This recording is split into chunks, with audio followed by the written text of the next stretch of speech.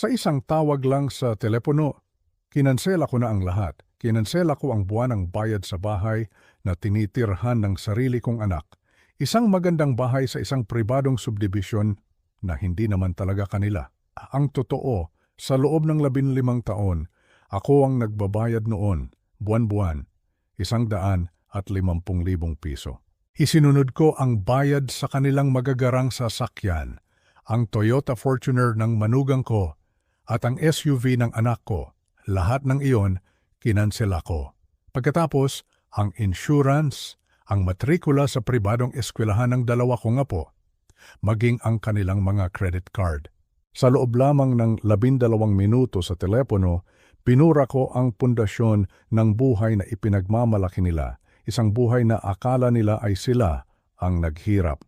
Ngunit ang totoo ay binuo mula sa pawis, dugo at sakripisyo ko. Hindi ito isang biglaang desisyon, hindi ito galit na walang dahilan. Ang desisyong ito ay isinilang sa gitna ng isang hapunan na dapat ay masaya. Ngunit naging mitsa ng isang digmaan sa loob ng aming pamilya. Nagsimula ang lahat sa isang selebrasyon. Katatanggap lang ng promosyon ng manugang kong si Paulo. Bilang pagbati, ang anak kong si Isabel ay naghanda ng isang marangyang hapunan sa kanilang bahay. Ang centerpiece, isang malaking lechon na ako pa mismo ang nag-order.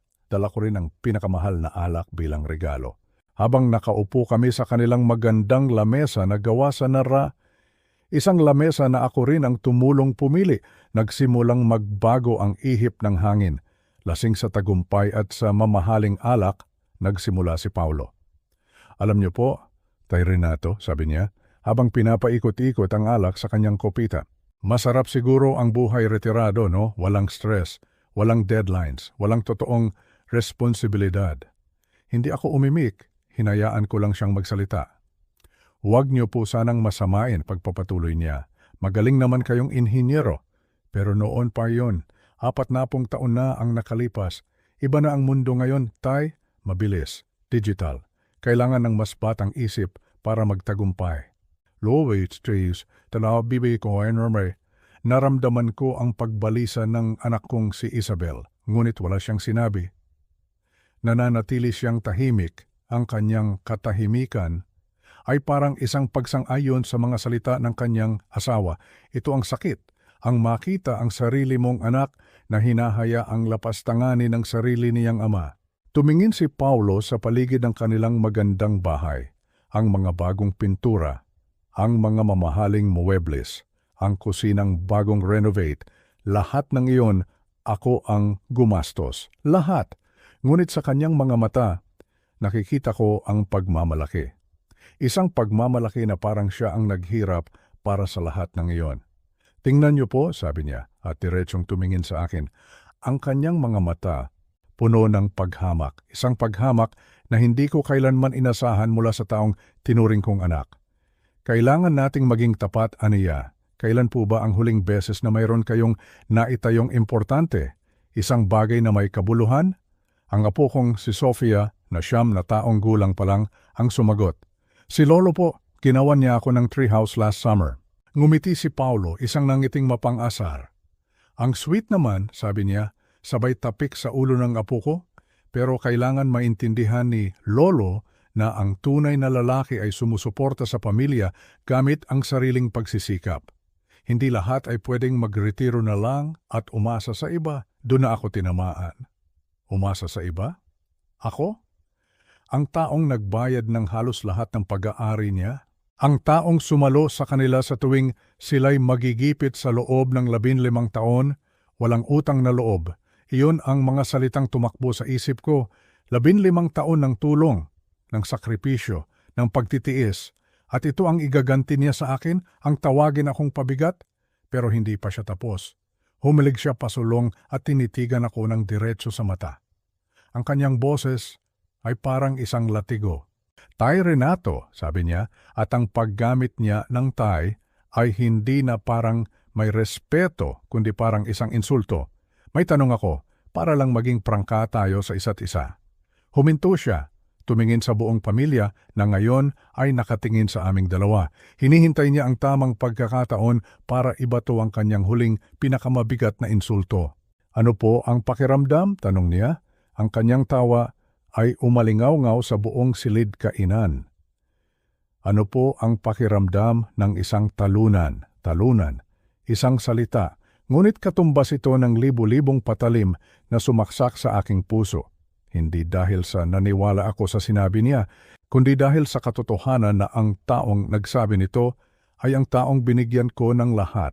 Ang bubong sa kanyang ulo, ang pagkain sa kanyang lamesa, ang edukasyon ng kanyang mga anak, ang buhay na hindi niya kailanman makakamit kung wala ako.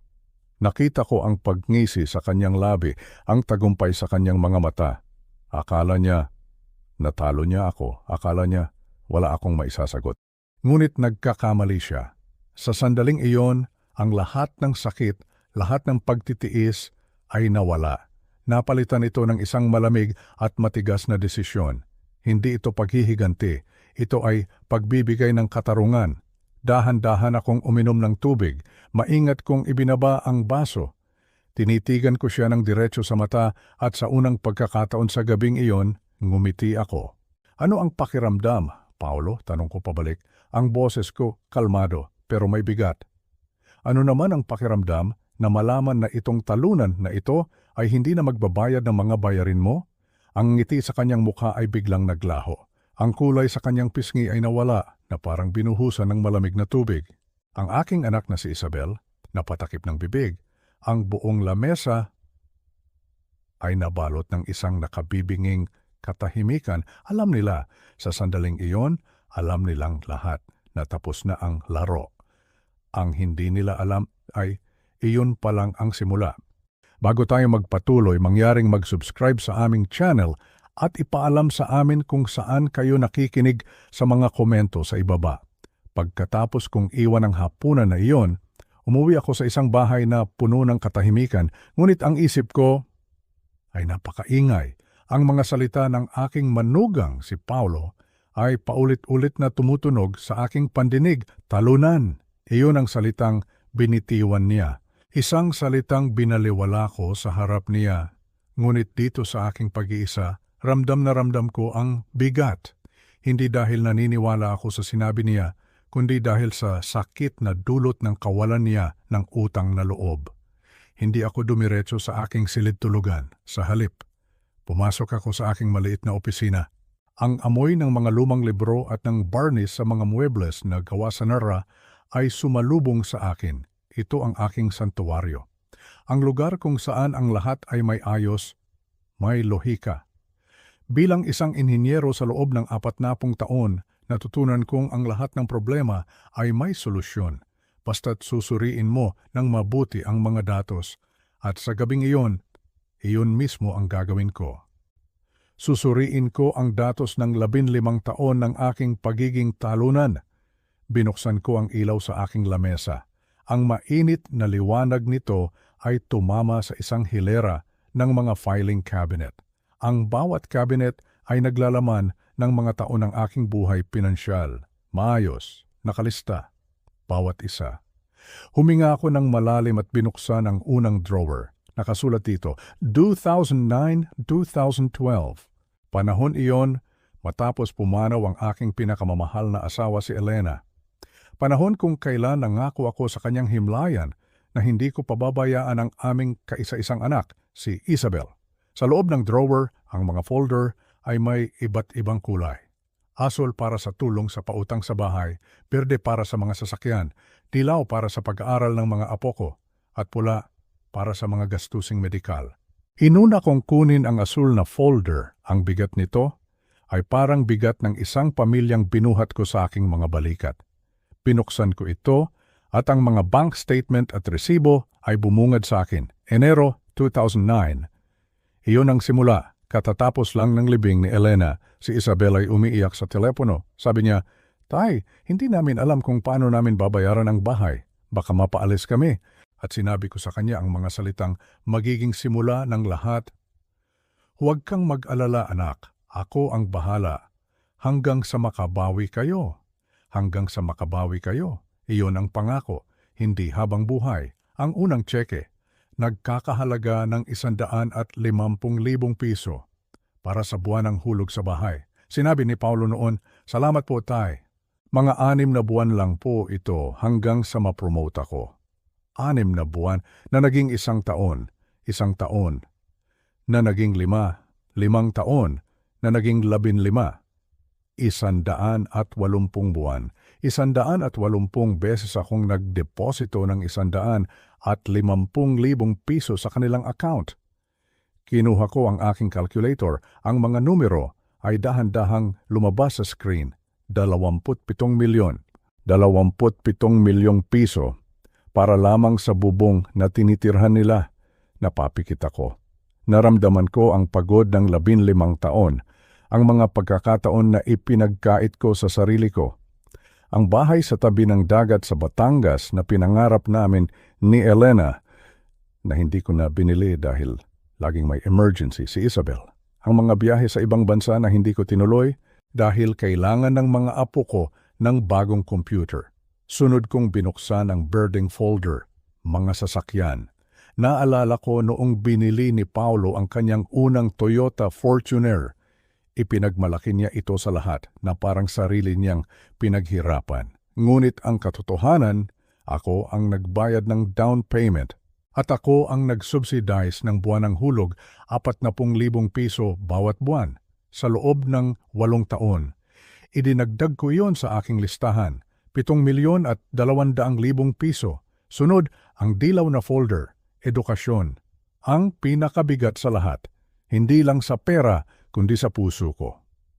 Minahal ko ang mga apo kong sina Lucas at Sofia ng higit sa lahat. Kaya't nang sabihin ni Isabel na gusto nilang ipasok ang mga bata sa isang mamahaling pribadong paaralan, hindi ako tumanggi. Sabi ko, para sa kinabukasan nila, gagawin ko ang lahat. 1,200,000 piso bawat taon para sa 2 bata, summer camps, mga field trip, mga libro. Sa loob ng 15 taon, umabot ito sa halos 18 milyong piso. Binuksan ko ang pulang folder, medical. Mga insurance na hindi nila kayang bayaran. Mga pagpapa-ospital ng mga bata. Mga check-up sa dentista, halos 6,750,000 piso. At mayroon pang iba. Mga nakatagong resibo. Bakasyon sa Boracay, biyahe sa Japan. Mga regalo sa Pasko, ang pagpaparenovate ng kanilang kusina, dagdag na 2,2 milyon. Pinagsama-sama ko ang lahat ng numero sa aking calculator. Bawat pindot ay parang isang dagok sa aking dibdib. Ang huling halaga ay lumabas sa screen, kumikinang sa ilalim ng ilaw ng aking lampara. 54,450,000 piso, halos 55 milyon. Napahilig ako sa aking upuan. Ang hangin ay parang nawala sa aking mga baga. Ito pala ang halaga ng pagiging isang talunan. Ito pala ang presyo ng aking sakripisyo. Isang halaga na hindi nila kailanman nakita. O marahil, pinili nilang huwag makita. Sa gabing iyon, sa harap ng mga numerong iyon, hindi na ako si Renato, ang mapagmahal na ama at lolo. Ako si Renato, ang inhinyero. At ang inhinyero ay nakakita ng isang depektibong istruktura. Isang istruktura na binuo sa kasinungalingan at kawalan ng utang na loob. Isang istrukturang malapit ng gumuho. At sa gabing iyon, nagpasya ako. Ako mismo ang gigiba nito. Kinabukasan, gumising ako ng mas maaga kaysa karaniwan. Ang araw ay hindi pa sumisikat, ngunit ang isip ko ay maliwanag na. Walang pag-aalinlangan, walang pagsisisi, tanging isang malinaw at malamig na determinasyon. Pagkatapos ng isang tasang kape, umupo ako sa aking lamesa sa opisina. Sa harap ko ay ang listahan ng mga numerong kinwenta ko kagabi. At sa tabi nito ay isang listahan ng mga numero ng telepono. Ang pakiramdam ay parang naghahanda ako para sa isang malaking proyekto sa engineering. Bawat hakbang ay nakaplano. Bawat galaw ay may layunin. Ang layunin ngayon ay ang pagdismantle. Ang pagbaklas ng isang sistemang ako mismo ang nagtayo. Ang una kong tinawagan ay ang bangko. Ang bangko kung saan naka-enroll ang automatic payment. para sa kanilang housing loan. Magandang umaga po, National Bank. This is Jennifer speaking. How may I help you? Ang boses ko ay kalmado at profesional, parang nagbibigay lang ako ng report sa isang kliyente. Magandang umaga. Nais kong kanselahin ang lahat ng automatic payments mula sa aking checking account na may numerong 45789. May ilang verification questions. Ang huling 4 na numero ng aking SSS number, ang pangalan ng aking ina. Sinagot ko ang lahat ng may katiyakan, walang bakas ng emosyon sa aking boses. Sige po, Mr. Bennett, ang mga pagbabayad po ay nakansela na. Mayroon pa po ba akong maitutulong sa inyo? Ang tanong ng babae sa kabilang linya. Wala na. Salamat. Ibinaba ko ang telepono at nilagyan ng check ang unang item sa aking listahan. Ang 150,000 pisong buwanang pagbabayad sa bahay ay tapos na. Sunod kong tinawagan ang kumpanya ng insurance. Medyo mas komplikado ito. Kailangan kong makausap ang isang supervisor. Ngunit nanatili akong matiyaga. Ipinaliwanag ko na hindi na ako ang magbabayad para sa policy ng pamilya ng aking anak. Pagkatapos ng 20 minuto, nakatanggap ako ng confirmation number. Nilagyan ko ng check ang ikalawang item. Sunod, ang kumpanya ng sasakyan.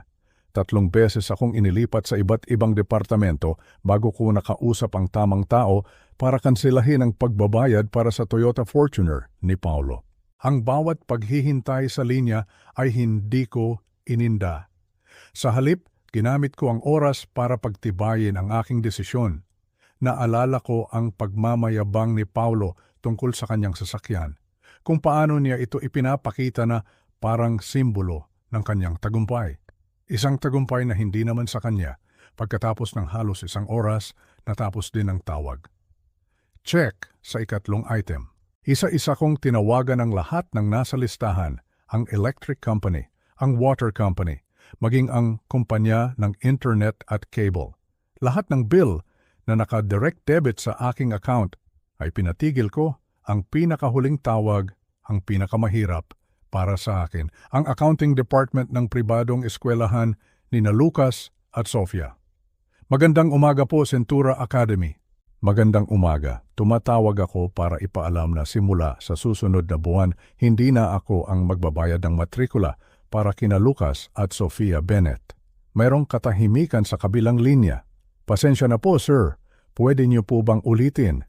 Kayo po ang laging nagbabayad para sa kanila sa loob ng maraming taon. Oo, sagot ko. Ngunit ngayon, ang kanilang mga magulang na ang dapat managot niyan. Ito ang pinakamasakit na bahagi, ang madamay ang aking mga apo. Ngunit alam kong kailangan ito. Kailangan nilang matutunan ang katotohanan. Kailangan nilang makita ang tunay na halaga ng mga bagay-bagay. Pagkababa ko ng telepono, tinitigan ko ang aking listahan. Lahat ay may check na. 15 taon ng suportang pinansyal ay winakasan ko sa loob lamang ng 3 oras. Umupo ako sa aking silya at huminga ng malalim. Tapos na? Ang katahimikan sa bahay ay biglang binasag ng pagring ng aking telepono. Tiningnan ko ang screen. Si Isabel. Eksaktong alas 11:47 ng umaga. Mas maaga kaysa sa inaasahan ko. Sinagot ko ito. Hello? Tay. Ang boses niya ay hindi galit, hindi pa. Mayroon itong tono ng pagkalito. Tay, may nangyari pong kakaiba. Tumawag po ang bangko. Sabi po nila, insufficient funds daw po para sa bayad sa bahay. Pero paano pong mangyayari niyon? Laging nandoon ang pera, di ba? Naramdaman ko ang isang malamig na kuryente na dumaloy sa aking mga ugat.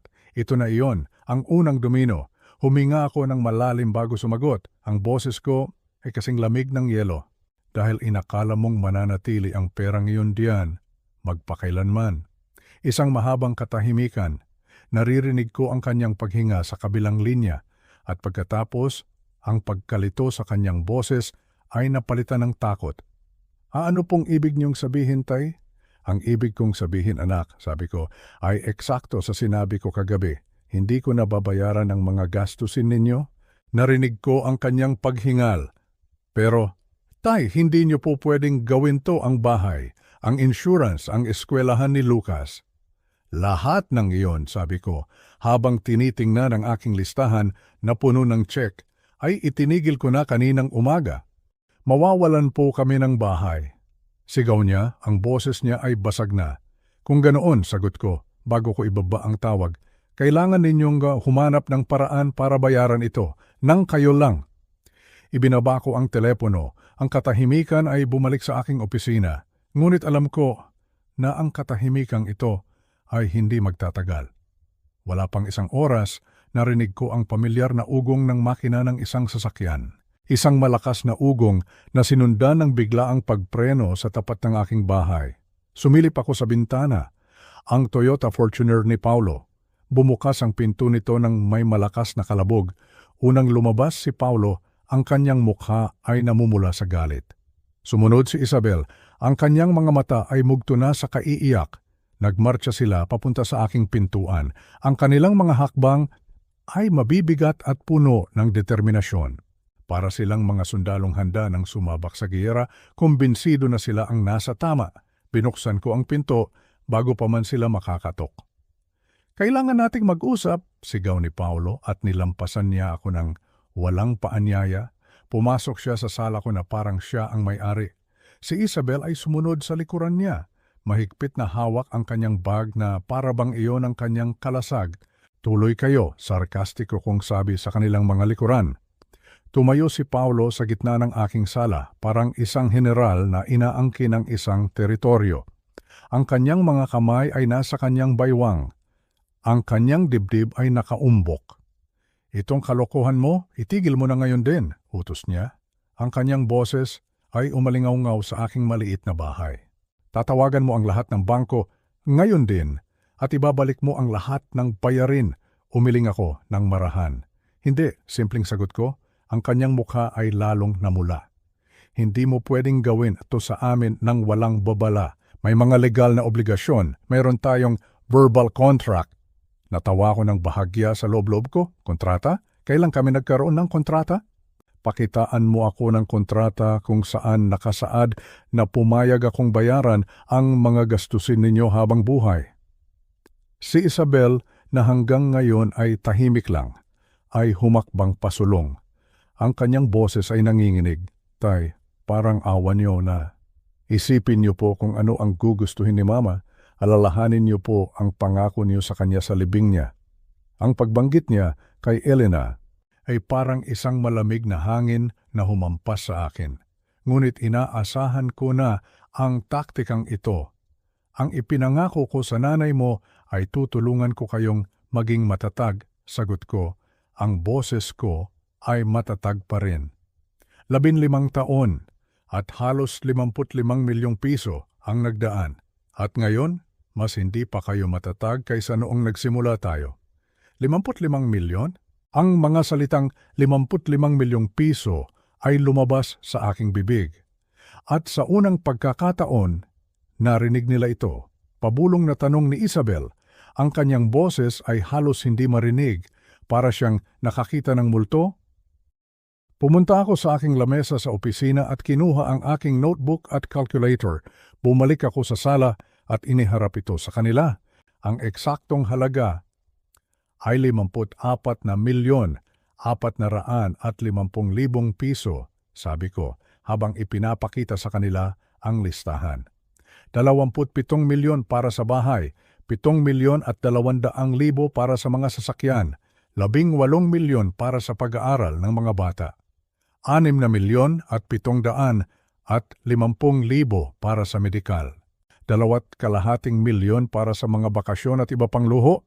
Gusto niyo bang i-breakdown ko pa bawat kategorya? Ang pagiging mayabang ni Paulo ay biglang nawala. Sa loob ng 3 segundo, nakita ko ang tunay na gulat sa kanyang mukha. Pagkatapos, bumalik ang kanyang depensa. Imposible niyan. Hindi kami kailanman humingi ng ganyang kalaking halaga. Tama ka, sabi ko. Hindi kayo kailanman humingi. Umasa lang kayo. Mara ako, naman Bobilo siya. Head of training mga ma'am, ay patuloy na nagbigay. Si Isabel ay napaupo sa sofa. Ang kanyang mukha ay maputla na parang papel. Ang kanyang mga kamay ay nanginginig. Pero ang mga bata, ang baseball ni Lucas, ang palid ni Sofia, sila, sabi ko. At sa unang pagkakataon, lumambot ng kaunti ang aking boses. Ang mga apo ko ay hindi ko pababayaan. Ako ang direktang magbabayad para sa kanilang mga pangangailangan. Walang perang dadaan sa inyong dalawa. Hindi mo pwedeng paghiwalayin ang pamilya ng ganyan, sigaw ni Paulo. Isang unit tayo, isang team. Ang isang team ay nangangailangan ng respeto sa isa't isa, sagot ko. Kailan ang huling beses na nagpasalamat kayo sa akin para sa kahit anong bagay? Ang tanong na iyon ay nanatiling nakasabit sa hangin. Walang sagot. Ang mga luha ni Isabel ay nagsimulang tumulo, mga luhang desperado. Hindi ko po alam na ganoon kalaki. Akala ko po, gusto ninyong tumulong. Akala ko po, iyon ang nagpapasaya sa inyo. Oo, sabi ko, nagpapasaya sa akin noon hanggang sa itinigil ninyo ang pagpapasalamat at sinimulan ninyo ang pag-demand. Si Paulo ay naglakad-lakad sa aking carpet na parang isang hayop sa loob ng kulungan. Sige, gusto mo ng pasasalamat? Salamat. Ayan, ngayon ibalik mo na ang mga bayarin. Umiling ako. Ang pasasalamat ay hindi gumagana ng paatras, Paulo. Huminto siya sa paglalakad. At sa unang pagkakataon mula nang pumasok siya sa bahay ko, nakita ko ang tunay na pag-aalala sa kanyang mga mata, hindi lang galit. Ano ba talaga ang gusto mo sa amin? Tanong niya. Tumingin ako sa kanilang dalawa. Gusto kong matutunan ninyong mamuhay ayon sa inyong tunay na kinikita. Gusto kong makita ng mga apo ko na ang kanilang mga magulang ay nagtatrabaho para sa mga bagay na mayroon sila sa halip na umasa sa limos. Gusto kong tratuhin ninyo ako bilang isang ama at lolo, hindi bilang isang ATM. Tumingin si Isabel sa akin, ang kanyang mukha ay basang-basa ng luha. Paano kung hindi namin kaya? Paano kung mawala sa amin ang lahat? Kung ganoon, sabi ko, ang boses ko ay matatag. Matututunan ninyo kung ano talaga ang pakiramdam ng isang talunan. Ang katahimikan ay bumalot sa buong silid. Umayos ng tayo si Paulo, pilit na ibinabalik ang kanyang postura bilang isang manager. Tingnan natin, may mga abogadong dalubhasa sa elder financial abuse. Muntik na akong mapangiti. Sige, tawagan mo sila. Gusto kong ipaliwanag sa kanila kung paano ako inabuso sa pananalapi sa loob ng 15 taon. Umalis sila ng walang karagdagang salita. Ang ugong ng makina ng Fortuner ni Paulo ay mas malakas kaysa karaniwan, puno ng galit na hindi na niya mailabas sa salita. Naiwan akong nakatayo sa aking sala at doon ko lang napansin na nanginginig pala ang aking mga kamay. Nang makaalis na sila, ang katahimikan sa aking bahay ay parang tubig na pumuno sa isang sirang dam. Napaupo ako sa aking paboritong silyang gawa sa leather, ang silyang regalo sa akin ni Elena noong aming ika-20 anibersaryo. Tumingin ako sa aming wedding picture na nakapatong sa ibabaw ng aparador. Ang maningning ng ngiti ni Isabel, ang simpleng bowtie ni Paulo, at ang masayang mukha ng aking asawa sa tabi ko. Taong 2007 iyon. Si Paulo ay nagtatrabaho pa noon sa isang maliit na kumpanya ng insurance. Ang sasakyan niya ay isang 10 taong gulang na Honda at tinatawag niya akong Sir ng may tunay na respeto. Mr. Bennett, sabi niya sa aming unang seryosong pag-uusap, gusto ko pong malaman ninyo na aalagaan ko po ng mabuti si Isabel. Wala po akong maipagmamalaki ngayon, pero nagsusumikap po ako para maging karapat-dapat sa inyong anak. Ang pagpapakumbaba sa kanyang boses noon ay totoo. Naniwala ako sa kanya. Makalipas ang 2 taon, nawala si Elena. Kinuha siya ng cancer sa loob lamang ng 4 na buwan. Naiwan si Isabel na wasak ang puso at si Paulo na nahihirapang bayaran ang kanilang maliit na bahay gamit ang kanyang entry-level na sahod. Kasagsagan noon ng 2009 recession at ang kanyang kumpanya ay nagbabawas ng mga empleyado. Sa libing ni Elena, yumakap sa akin si Isabel. Tay, hindi ko po alam kung paano kami. Hindi sigurado ang trabaho ni Paulo. Ang bayad sa bahay, huwag kang mag-alala, pulong ko habang yakap-yakap ang nagdadalamhati kong anak. Tutulungan ko kayo hanggang sa maging matatag kayo, hanggang sa maging matatag, hindi magpakailanman. Noong mga unang taon ang pasasalamat ni Paulo ay sobra-sobra. May mga handwritten thank you notes. May mga pagbisita sa katapusan ng linggo kung saan inaayos niya ang aking mga alulod o tinatabasan ang aking damuhan. Si Isabel ay tumatawag 2 beses sa isang linggo para lang kumustahin ako at dinadala nila ang mga bata tuwing linggo para sa hapunan. Tay, kayo po ang nagligtas sa amin, sabi niya noon na may mga luha sa kanyang mga mata. Babayaran po namin kayo kapag umayos na ang lahat. Ang unang tulong sa pautang sa bahay, 6 na buwan lang po, tay, pangako ni Paulo, hanggang sa mapromote ako. Ang tulong sa pautang sa sasakyan, pansamantala lang po ito hanggang sa makapag-ipon kami. Ang matrikula ni Lucas sa pribadong paaralan para lang po sa kindergarten para magkaroon siya ng magandang pundasyon. Ang bawat pansamantala lang ay naging permanente. Ang bawat tulong ay naging inaasahan. Pagsapit ng 2012, ang mga thank you notes ay nawala. Ang mga pagbisita ni Paulo ay naging paminsan-minsan na lang kung saan iinumin niya ang aking serbesa at magrereklamo tungkol sa kanyang amo. Ang mga tawag ni Isabel ay naging buwanang pakiusap para sa karagdagang tulong. Tay, pwede niyo po bang bayaran ang dance class ni Sofia? $200 lang naman po. Nakatumbas ng 10,000 piso noon. Tay, kailangan ng mga bata ng bagong computer para sa eskwela. Tay, nasira ang aming bakasyon. Pwede po ba kayong tumulong sa ibang lugar? Ang salitang pakiusap ay unang nawala.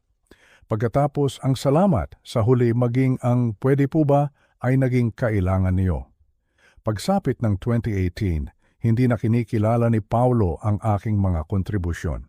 Sa mga barbecue sa aming subdivision, ipinagmamalaki niya ang kanyang mga renovasyon sa bahay, ang pribadong edukasyon ng kanyang mga anak, ang kanyang matagumpay na pamumuhay. Kapag pinupuri ng mga kapitbahay ang kanyang Fortuner, ngingiti siya ng may pagmamalaki at sasabihing resulta iyon ng kanyang matalinong pagpaplano sa pananalapi. Si Isabel naman sinimulan siyang ipagtanggol laban sa akin. Nang minsan kong iminungkahi na subukan nilang pamahalaan ang ilang gastusin ng mag-isa, sinagot niya ako ng may pagkainis. Tay, hindi niyo po naiintindihan ang modernong pamilya. Si Paulo po ay nasa ilalim ng matinding pressure sa trabaho. Ang mga bata ay mayroon ng mga routine. Hindi niyo po pwedeng guluhin ang lahat dahil lang sa pakiramdam ninyong hindi kayo napapahalagahan. Hindi napapahalagahan. Ang mga salitang iyon ay tumama sa akin na parang isang malakas na suntok. Noong nakaraang Pasko, wala ni isa sa kanila ang kumilala sa aking suporta. Si Paulo ay nagbigay pa ng isang talumpati tungkol sa kanyang pagsusumikap para sa pamilya. Si Isabel ay nagpost ng mga larawan sa social media ng kanilang mga mamahaling regalo na may mga hashtag tungkol sa pinagpalang tagumpay ng pamilya. Nakatulala ako ngayon sa litrato namin ni Elena. Ngayon, naiintindihan ko na kung ano ang gugustuhin niya. Hindi ang walang katapusang pag-aalaga na nauuwi sa pag-asa, kundi ang pagpapanatili ng dignidad. Hindi ang walang limitasyong pagkabukas palad, kundi ang paghingi ng respeto. Habang papalubog ang araw at ang mga anino ay humahaba sa aking bakuran, may isang bagay akong natanto. Ang sakit na nararamdaman ko ay hindi lang galit.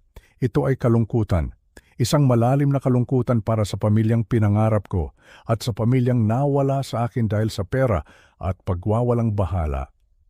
Ngunit sa ilalim ng kalungkutang iyon, mayroong isang bagong damdamin na umuusbong. Isang pakiramdam ng kalayaan. Ang kalayaan na sa wakas ay inuuna ko na ang aking sarili. Ang mga sumunod na araw ay parang panonood ng isang hilera ng mga domino na dahan-dahang bumabagsak, isa-isa, walang tigil. At ako ay isang tahimik na manonood lamang. Lunes ng umaga, nagsimula ang lahat. Tumawag sa akin si Isabel bandang 9:00. Ang boses niya ay hindi nagulat o galit, kundi puno na ng purong takot. Tay, tumawag ang bangko, sabi nila. Failed payment daw ang mortgage natin. May multa pa na 4,000 piso. Kailangan daw nating bayaran ang buong 154,000 piso bukas. Kundi sisimulan na nila ang foreclosure proceedings. Hindi ako nagsalita. Ang katahimikan sa kabilang linya ay napakabigat. Narinig ko ang kanyang panginginig habang humihinga. Pagkatapos ng ilang sandali, ibinaba niya ang telepono. Pagsapit ng tanghali, 2 voicemail ang pumasok sa telepono ko mula sa kumpanya ng sasakyan. Hindi na raw nabayaran ang hulog para sa Fortuner ni Paulo. 35,000 piso. Ang SUV naman ni Isabel, kulang ng 25,000 piso. Ang kanilang homeowner's insurance ay naglaps pagsapit ng 3:00 ng hapon. Ang kastilyong kanilang itinayo sa buhangin ay unti-unti nang tinatangay ng alon. Martes, mas lumalim ang tubig. Tumawag ulit si Isabel. Sa likuran niya, naririnig ko ang sigawan ni Paulo. Hindi namin kayang bayaran lahat. Sigaw ng aking anak, basag na ang kanyang boses. Nag-apply na ako sa SM, sa Robinsons, sa 3 restaurant. Kahit matanggap ako agad, ang offer nila minimum wage. Kulang pa sa 20,000 piso kada buwan bago ang buwis. Sa unang pagkakataon sa loob ng 15 taon, narinig ko siyang mag-compute para sa kanyang ikabubuhay. Miyerkules ng hapon, sinadya kong magmaneho malapit sa Centura Academy sa oras ng uwian. Nakita ko ang mga apo kong sina Lucas at Sofia na nakatayo kasama ng ibang mga bata. Ang mga batang bayad ang matrikula. Tumawag na pala ang eskwelahan kay Isabel kaninang umaga. 250,000 piso ang kailangang bayaran agad. Kung hindi, ang mga bata ay hindi na papapasukin sa Biyernes. Nang gabing iyon, nakausap ko ang aking kapitbahay na si Aling Nena. Sabi niya, nakarinig daw siya ng sigawan mula sa bahay ni na Isabel habang naglalakad siya. Mukhang may problema sa pera, malungkot na sabi niya. Sumisigaw daw yung lalaki tungkol sa mga credit card na maxed out na. Huwebes. Ang araw ng paghuhukom, ang ikatlong tawag ni Isabel ay pumasok bandang 2:00 ng hapon. Tay, parang awa niyo na. Ang kanyang boses ay wala ng anumang bahid ng pagmamataas. Tanging pagod at desperasyon na lang ang natitira. Pumunta po ako sa 5 interview kahapon sa isang fast food chain, isang cleaning company, isang grocery store. Lahat sila humihingi ng reference mula sa mga dati kong employer. Hindi na po ako nagtrabaho mula noong 2009. Ang kanyang boses ay naging halos isang bulong. Isang boses na hindi ko na narinig sa loob ng maraming taon. Ang boses ng aking anak, bago siya nilamon ng kayamanan na hindi naman sa kanya. Sinubukan ni Paulo na bayaran ang mortgage kahapon versus pagpapatuloy niya. Ang laman ng account namin, 160,000. Ang bayarin, 154,000. Pinayaran niya tapos na-realize niya na wala na kaming pambayad sa kuryente, tubig, pagkain o gasolina. Kinailangan niyang tawagan ulit ang bangko at kanselahin ang bayad. Nanatili akong tahimik. Ang kumpanya ng sasakyan, kukunin na daw nila ang Fortuner ni Paulo sa Lunes, maliban na lang kung makakapagbayad kami ng 40,000 piso. Isang mahabang katahimikan. Tay, ang kanyang boses ay napakaliit na. Tingin ko po, mawawala sa amin ang lahat. Oo, mahina akong sabi. Malamang nga. Nagsimula siyang umiyak noon. Isang malalim at masakit na pag-iyak na nagpaalala sa akin noong mga panahon na nasasaktan ang kanyang puso noong teenager pa siya. Ngunit hindi ito drama ng isang teenager. Ito ang konsekwensya ng isang adulto. Biyernes ng umaga, habang sinusuri ko ang aking bagong financial plan, ang mga bayarin na dati ay napupunta sa kanila ay ilalaan ko na ngayon sa isang European river cruise. Ang pangarap namin ni Elena na hindi natuloy. Ang mga klase sa pagluluto sa Italy, ang isang photography workshop sa Scotland. Tumunog ang aking telepono, si Paulo naman ngayon. Renato, ang kanyang boses ay wala ng anumang yabang. Kailangan nating mag-usap. Nag-usap na tayo, sagot ko. Hindi, kailangan nating mag-usap ng masinsinan bilang mga adulto kung paano natin aayusin ang sitwasyong ito. Ang ibig mong sabihin ay kung paano ko aayusin ang sitwasyon ninyo. Isang mahabang katahimikan. Oo, sagot niya, at sa wakas naging tapat siya. Iyon na nga ang ibig kong sabihin. Pumunta kayo dito sa Linggo ng hapon, sabi ko, kayong lahat, isama niyo ang mga bata. Ano po ang dapat naming paghandaan na pag-usapan? Ang katotohanan, sabi ko, at ibinaba ko ang telepono. Sa labas ng aking bintana, Ang mga unang bulaklak ng tagsibol ay nagsisimula ng sumibol mula sa lupa. Isang bagong simula, ngunit bago pa man dumating ang linggo, nagsimula na ang isa pang uri ng digmaan, isang digmaan ng mga salita, isang digmaan para sa opinyon ng publiko. Lunes ng umaga, tumawag ang kaibigan kong si Dave, ang may-ari ng hardware store sa bayan. "Renato, may narinig akong nakakabahalang chismis kahapon," sabi niya. "Nandoon daw si Paulo sa Murphy's Bar. Ikinakalat niya na pinutol mo raw ang tulong sa pamilya mo nang walang babala. Pinipilit mo raw paalisin ang mga bata sa pribadong paaralan dahil sa sama ng loob." Dahan-dahan kong ibinaba ang aking tasa ng kape. Ano eksakto ang sinabi niya? Tinawag niya itong financial abandonment of innocent grandchildren. Gumamit siya ng maraming business terms. Pinalabas niya na pinarurusahan mo si Isabel para sa isang maliit na bagay. Pagsapit ng Martes, si Isabel naman ang gumawa ng kanyang hakbang.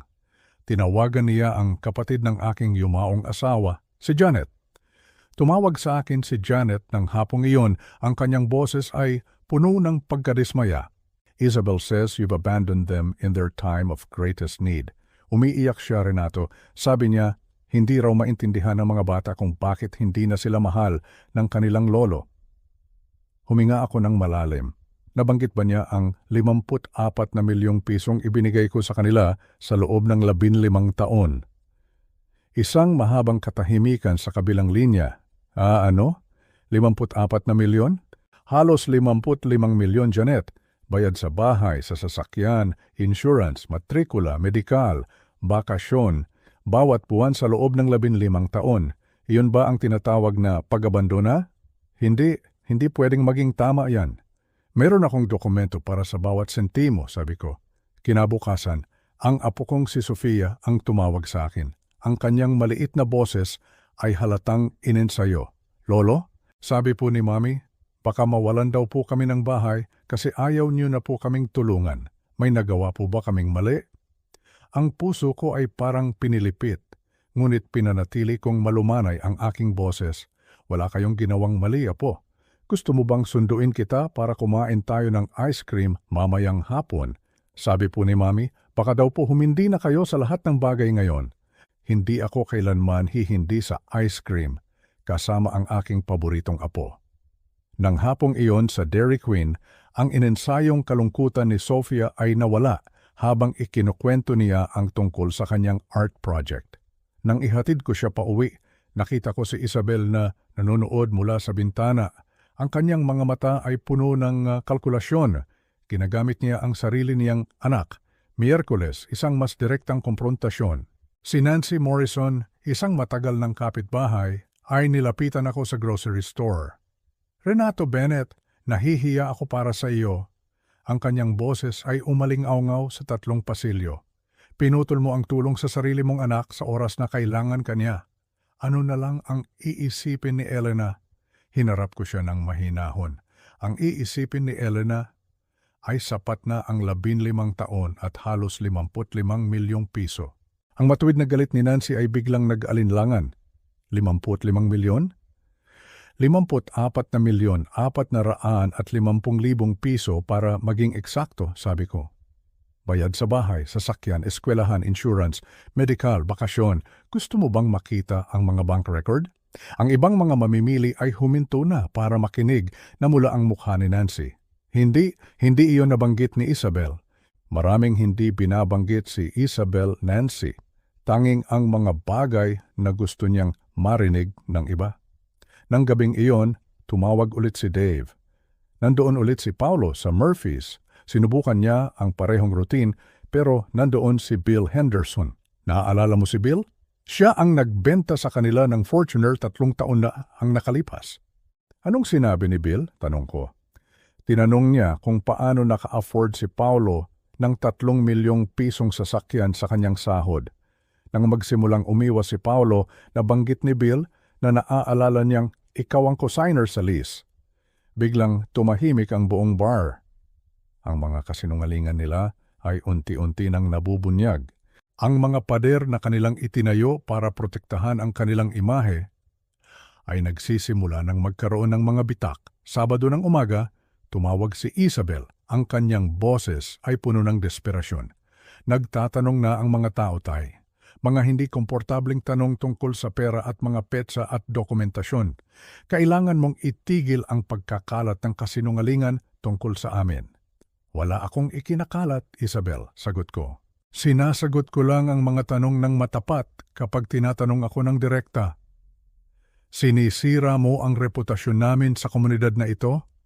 Wala akong sinisira, sabi ko. Itinigil ko lang ang pag-subsidize sa paglikha ng isang peking reputasyon. Ibinaba niya ang telepono. Dumating ang linggo na may kasamang maliwanag na sikat ng araw at ang kaalaman na pagsapit ng hapon, magkikita-kita kaming muli sa aking sala.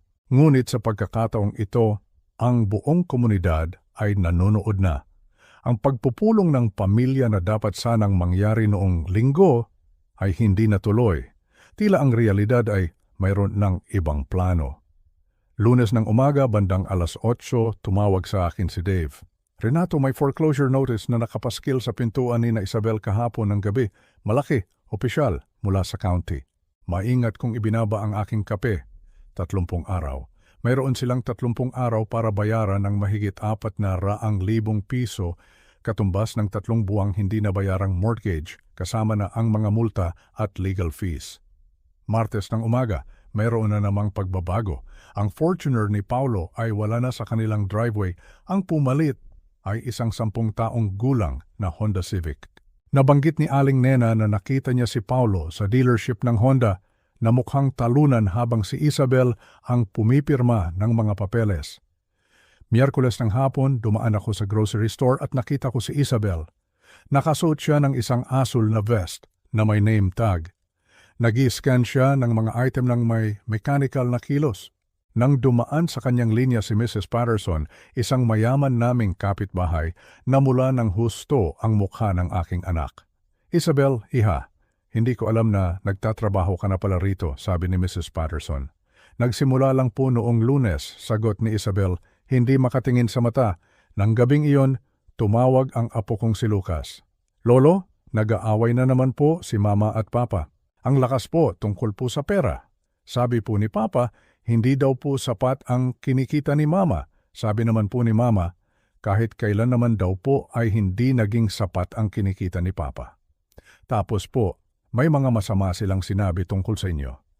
Narinig ko ang takot sa kanyang boses. Sabi po nila, sinira niyo raw po ang lahat, pero pagkatapos po, umiyak si Mama at sinabi niyang, baka daw po sila mismo ang sumira nito. Huwebes ng umaga, habang naglalakad ako, narinig ko ang sigawan mula sa kanilang bahay. 8 oras akong nakatayo para sa kakarampot na kita, sigaw ni Isabel. Hindi mo kailanman pinahalagahan kung anong mayroon tayo, sigaw naman ni Paulo. Ang yabang mo ang nagdala sa atin sa gulo na ito! Ang sigawan ay biglang natigil at napalitan ng malakas na kalabog ng pinto at ng pag-andar ng kanilang lumang Honda. Nang gabing iyon, habang nagbabasa ako sa aking opisina, may nag-doorbell. Si Paulo. Nakatayo siyang mag-isa sa aking beranda. Ang kanyang kumpiyansa bilang isang manager ay ganap na nawala. Ang kanyang damit na laging plantsado ay lukot-lukot. Ang kanyang korbata ay maluwag at ang kanyang mukha ay nagpapakita ng isang pagod na hindi ko pa kailanman nakita sa kanya. Renato, sabi niya, ang boses niya ay mahina. Kailangan ko po kayong makausap. Tayong dalawa lang po. Pinapasok ko siya sa sala sa parehong silid kung saan 2 linggo lang ang nakalipas ay inuutusan niya akong ibalik ang lahat ng bayarin. Umupo siya ng mabigat sa silya, ang kanyang mga kamay ay magkadaop sa pagitan ng kanyang mga tuhod. Totoo na po ang foreclosure, 30 araw. Tumingin siya sa sahig. Si Isabel po nagtatrabaho ng 40 oras sa isang linggo para sa minimum wage.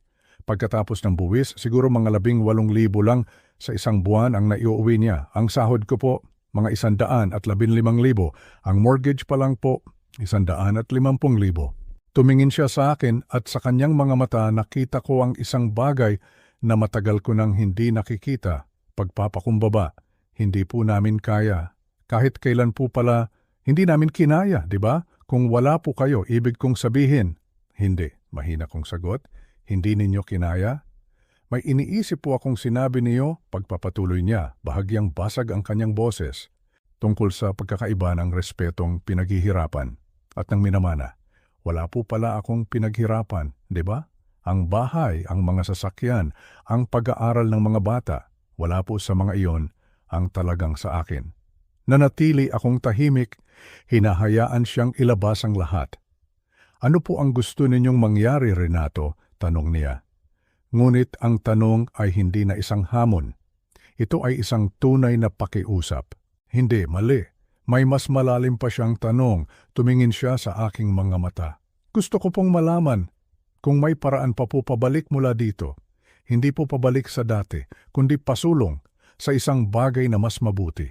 Sa labas, ang mga ilaw sa kalsada ay nagsisimula ng sumindi. Sa unang pagkakataon sa loob ng napakatagal na panahon, nakita ko sa aking manugang hindi ang aroganteng estranghero na uminsulto sa akin, kundi ang binatang lalaki na minsan ay nangako sa akin na aalagaan niya ang aking anak. Ang binatang lalaki na sa wakas ay handa ng matuto. Kinabukasan, Sabado ng hapon, habang inaayos ko ang aking mga dokumentong pinansyal, may nag-doorbell ulit, si Isabel. Nakatayo sa aking beranda, suot pa rin ang kanyang asul na vest mula sa grocery. Ang kanyang mukha ay puno ng mga tuyong luha at pagod. Tay, parang awan niyo na. Kailangan po nating pag-usapan sina Lucas at Sofia. Mukha siyang iba, mas maliit. Ang kumpiyansang ipinagmamalaki niya sa loob ng 15 taon ay gumuho na at ang natira ay ang takot na anak na naaalala ko mula sa libing ni Elena. Pinapasok ko siya sa sala. Bumagsak siya sa parehong silya kung saan umupo si Paulo kagabi. Nanginginig ang kanyang mga kamay habang tinatanggal ang kanyang name tag. 4 na araw na lang po, bulong niya. 4 na araw na lang po at makukuha na nila ang bahay. Laging tinatanong ni Lucas kung mawawala na ba talaga ang bahay namin. Si Sofia naman po binabangungot gabi-gabi na lilipat kami sa ibang lugar. Ano ang gusto mo sa akin, Isabel? Tanong ko. Gusto ko pong magkaroon ng katatagan ang mga anak ko, sabi niya. Gusto ko pong matapos nila ang school year kasama ang kanilang mga kaibigan. Gusto kong makatulog si Sofia sa gabi nang hindi umiyak dahil aalis siya sa kanyang kwarto. Tumingin siya sa akin, ang kanyang mga mata ay wala ng anumang bakas ng manipulasyon. Tanging purong desperasyon ng isang ina. 40 oras po akong nagtatrabaho sa isang linggo. Nakatayo, nag-iska ng mga grocery para sa mga taong dati ay kaibigan ko. Kahapon po si Mrs. Henderson dumaan sa linya ko. Tinanong niya kung bakit ako nagtatrabaho doon. Gusto ko pong magtago sa ilalim ng counter at mawala. Pero hindi mo ginawa, sabi ko. Hindi po. Ngumiti po ako at tinanong, paper or plastic? Dahil sa wakas, naiintindihan ko na po kung ano ang ibig sabihin ng trabaho, kung ano ang ibig sabihin ng kumita, kung ano ang sinusubukan ninyong ituro sa amin. Pinunasan niya ang kanyang ilong. Sinabi po sa akin ni Paulo, ang pag-uusap ninyo kagabi. Sabi niya, tinanong niyo raw po kung may paraan pasulong. Maaaring mayroon, sabi ko. Ngunit mangangailangan ito ng malalaking pagbabago mula sa inyong dalawa. Sabihin niyo po, humilig ako sa aking silya. Ako ang direktang magbabayad ng matrikula ni na Lucas at Sofia sa Centura Academy.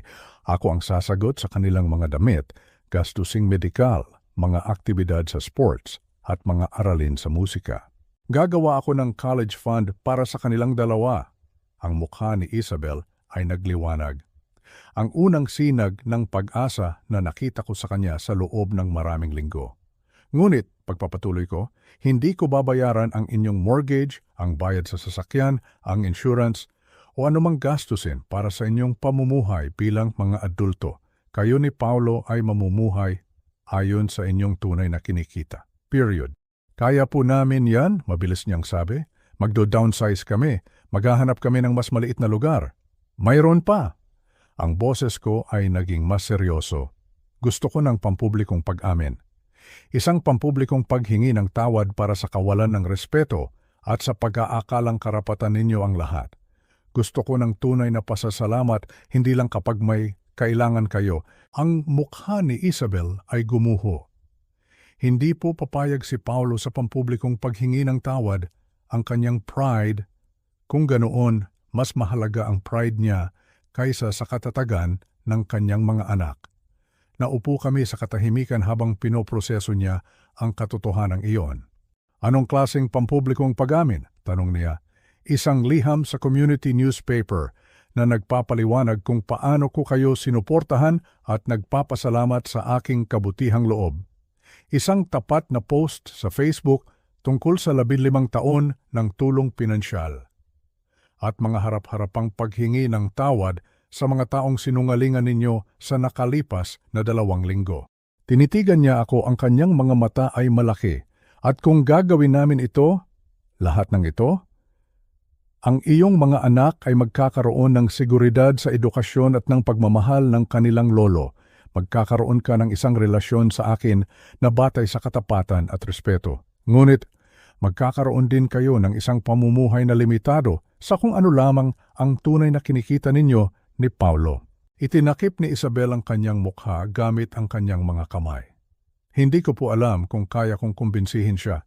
Mayroon kayong 48 oras para magdesisyon. Pagkatapos niyan, ang alok ay mawawala na. Dahan-dahan siyang tumayo, lukot-lukot na ang kanyang grocery vest mula sa mahabang araw. Sa may pinto, lumingon siya. Tay, salamat po. Salamat po sa patuloy na pag-aalala kina Lucas at Sofia. Hindi ako kailanman tumigil sa pag-aalala sa inyong lahat, Isabel, sabi ko. Itinigil ko lang ang pag-enable sa inyo. Pagkaalis niya sakay ng kanilang lumang Honda, naupo ako sa aking sala. Sa isang lugar sa kabilang parte ng bayan, isang napakahirap na pag-uusap ang malapit ng magsimula. Lunes ng umaga iyon, wala pang 10:00, nang huminto ang kanilang lumang Honda sa aking driveway. Silang 4 ang laman. Nakita ko mula sa aking bintana kung paano lumabas si Paulo mula sa sasakyan. Ang kanyang mga balikat ay nakabagsak. Ang postura ng isang taong sumuko na sa laban. Si Isabel ang kumatok sa aking pinto, kasama sa magkabilang gilid sina Lucas at Sofia. Si Paulo ay nakatayo sa kanilang likuran. Ang kanyang mga mata ay pagod at ang kanyang damit ay lukot. Tay, sabi ni Isabel, ang kanyang boses ay mahina ngunit desidido. Tinatanggap po namin ang inyong alok, lahat po ng kondisyon. Pinapasok ko sila sa aking sala. Tumawag na po ang bangko kanina, pagpapatuloy niya. 3:00 po mamaya, makukuha na nila ang bahay. Maliban na lang kung makakapagbayad kami. Lumapit sa akin ang apo kong si Sofia at hinawakan ang aking kamay. Lolo, mawawala na po ba talaga ang bahay namin?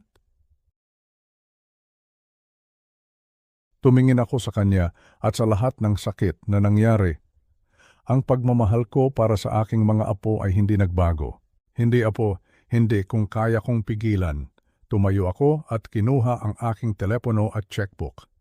Tatawagan ko ang bangko, sabi ko sa kanila. Mag-aayos ako ng isang emergency payment.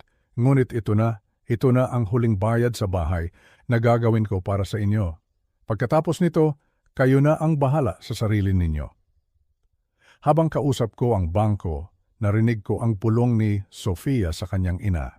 Okay na po ba tayo ngayon, Mami? At narinig ko ang sagot ni Isabel, isang sagot na puno ng kasiguraduhan. Oo, anak, magiging maayos na tayo. At sa unang pagkakataon sa loob ng 15 taon, naniwala akong tama siya. Lumipas ang 3 buwan.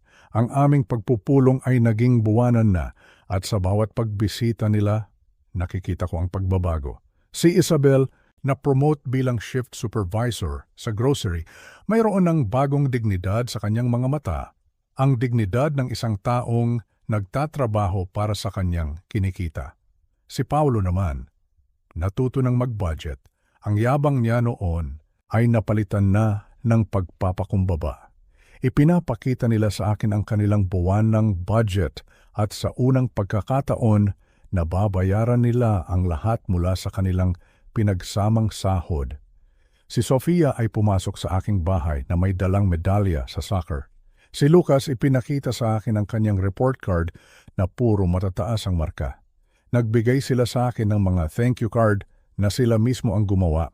Ang sabi sa card ni Lucas, "Salamat po Lolo sa pag-aalaga sa amin kahit po nakakalimutan ni na Mama at Papa." "May plano na po kami," sabi ni Paulo sa akin isang hapon.